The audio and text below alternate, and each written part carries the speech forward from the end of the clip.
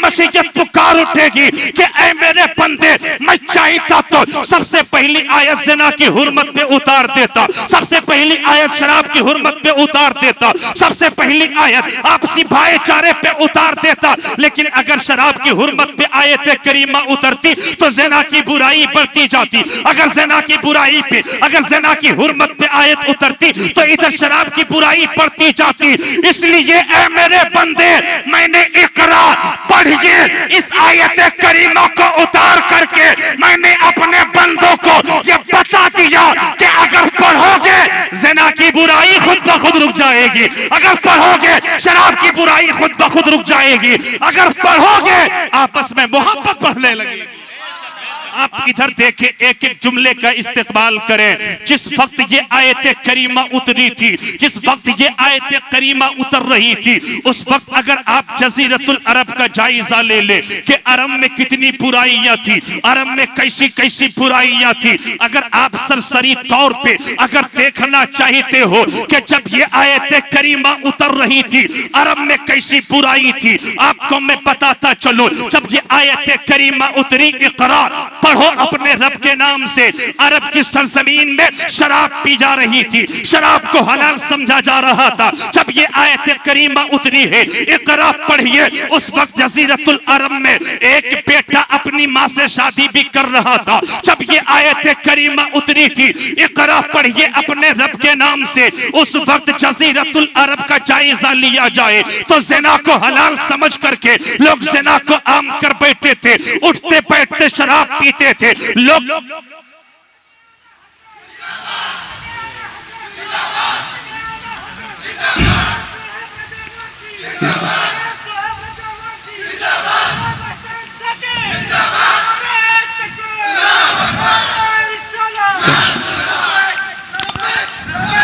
माशाअल्लाह। चलिए, मुक़द्दस शोराए किराम तशरीफ ला चुके हैं, कमेटी के जिम्मेदारान, मेंबरान, जितने लोग हैं, आप लोग भी आकर के जगह लेकर के बैठ जाइए, वरना होता ये है कि जलसा कराने वाले लोग जलसा सुन ही नहीं पाते हैं। हाँ, आप लोग बैठ जाइए। माशाअल्लाह, सुन रहे हैं आप हज़रात? सुन रहे हैं? जरा हाथों को उठाएं, बोले या रसूल अल्लाह। अगर आप पूरे जजीरतुल अरब का जायजा ले ले तो पूरे अरब में बहुत सारी बुराइयां आम थी। शराब की बुराई आम थी, जुए की बुराई आम थी, लेकिन आयत उतर रही है, इकरा पढ़िए अपने रब के नाम से। अगर आप थोड़ी तवज्जो आप इधर दे दें और अगर मैं आपसे पूछ लूं कि बुराई जैसी हो, उस बुराई के सत्ते पाप के लिए, उस बुराई को रोकने के लिए उसी एतबार से काम होना चाहिए। अगर किसी की तबीयत खराब हो जाए, किसी को बुखार हो तो बुखार की दवाई दी जाए, अगर किसी के सर में दर्द हो तो उसे सर के दर्द की दवाई दी जाए। लेकिन वक्त का तकाजा ये था, वक्त ये चाह रहा था कि अगर जजीरतुल अरब में शराब की बुराई आम थी तो रब तबारक व तआला कुरान की सबसे पहली आयत उतार देता जिसमें शराब की हुर्मत पे आयत होती कि रब तबारक व तआला सबसे पहली आयत उतारता कि शराब हराम है, शराब के करीब मत जा। लेकिन आयत उतर रही है, इकरा पढ़िए अपने रब के नाम से। उस वक्त पूरे जजीरतुल अरब में लोग ज़िना से करीब हो रहे थे,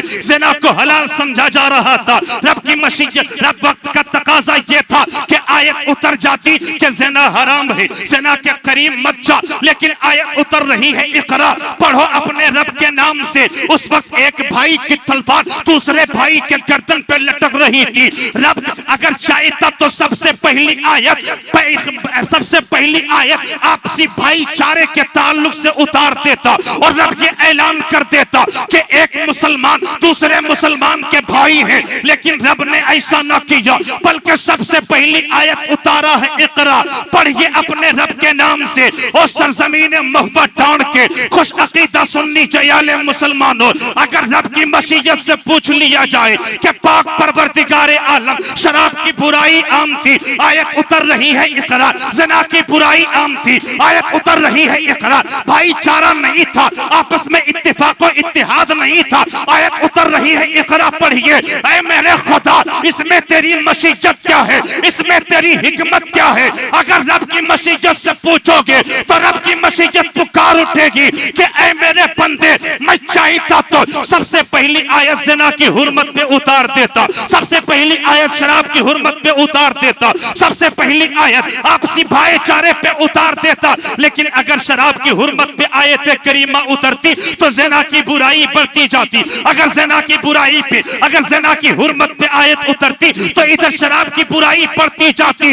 इसलिए ऐ मेरे बंदे, मैंने इकरा पढ़िए इस आयत करीमा को उतार करके मैंने अपने बंदों को ये बता दिया कि अगर पढ़ोगे ज़िना की बुराई खुद ब खुद रुक जाएगी, अगर पढ़ोगे शराब की बुराई खुद ब खुद रुक जाएगी, अगर पढ़ोगे आपस में मोहब्बत बढ़ने लगेगी।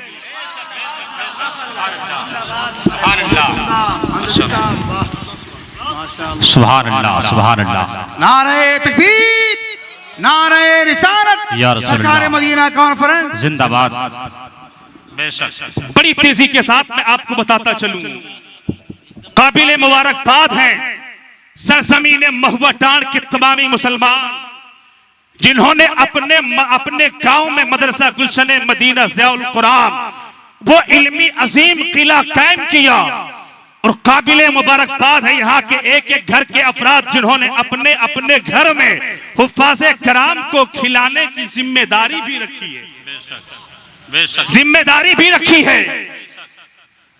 और आज मैं आपको, आप जो खिलाते हैं 10 महीना 11 महीना महुआ टांड के खुश अकीदा सुन्नी जयाले मुसलमानों, नाज करो अपने मुकद्दर पे और देखो रब ने तुम्हें क्या इनाम अता फरमाया है।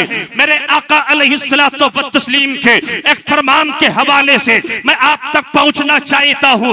देखो तुम्हें नबी ये कौनैन ने आज नहीं, आज से 1450 बरस पहले क्या इनाम अता फरमाया है। नबी ये कौनैन फरमाते हैं, मन दा हामिलिल कुरानी इला तामिही व सकाहुम मिन शराबिहिम। ऐ मेरी मिल्लत के नौजवानों, ऐ सरजमीन महुआ टांड के खुश अकीदा सुन्नी जयाले मुसलमानों, आप एक हाफिज कुरान को अपने घर में रखते हो, अपने यहाँ खाना भी खिलाते हो, अपने घर में बैठा के पानी भी पिलाते हो, तो आपको इसका सिला क्या मिलेगा, आपको इसका इनाम क्या मिलता है किसी और से ना पूछा जाए, बल्कि आइए नबी ये कौनैन की बारगाह से सवाल किया जाए कि हबीबी या रसूल अल्लाह, सरजमीन महुआ टांड के लोग हाफिज कुरान को अपने घर में खिलाते भी है, अपने घर में पिलाते भी है, इन लोगों को क्या इनाम मिलेगा, इन लोगों को क्या सिला मिलेगा, इन लोगों को क्या बदला मिलेगा। अगर नबी ये कौनैन से पूछोगे तो मेरे मुस्तफा फरमाते हैं कि जो भी हाफिज कुरान को अपने घर में बुलाता है, खाना खिलाता है, पानी पिलाता है और खाना खिलाने के बाद हाफिज कुरान शिकम शेर हो गए, हाफिज कुरान सैराब हो गए पानी पी करके, तो मेरे मुस्तफा फरमाते हैं कि हाफिज कुरान का इधर पेट भरेगा, हाफिज कुरान इधर सैराब होंगे। नबी फरमाते हैं कि इधर हाफिज कुरान का पेट भरेगा, उधर रब ताला नेकियों से आपके नाम आए अमाल को भर देगा। सिर्फ इतना ही नहीं, ये तो आपके लिए इनाम है।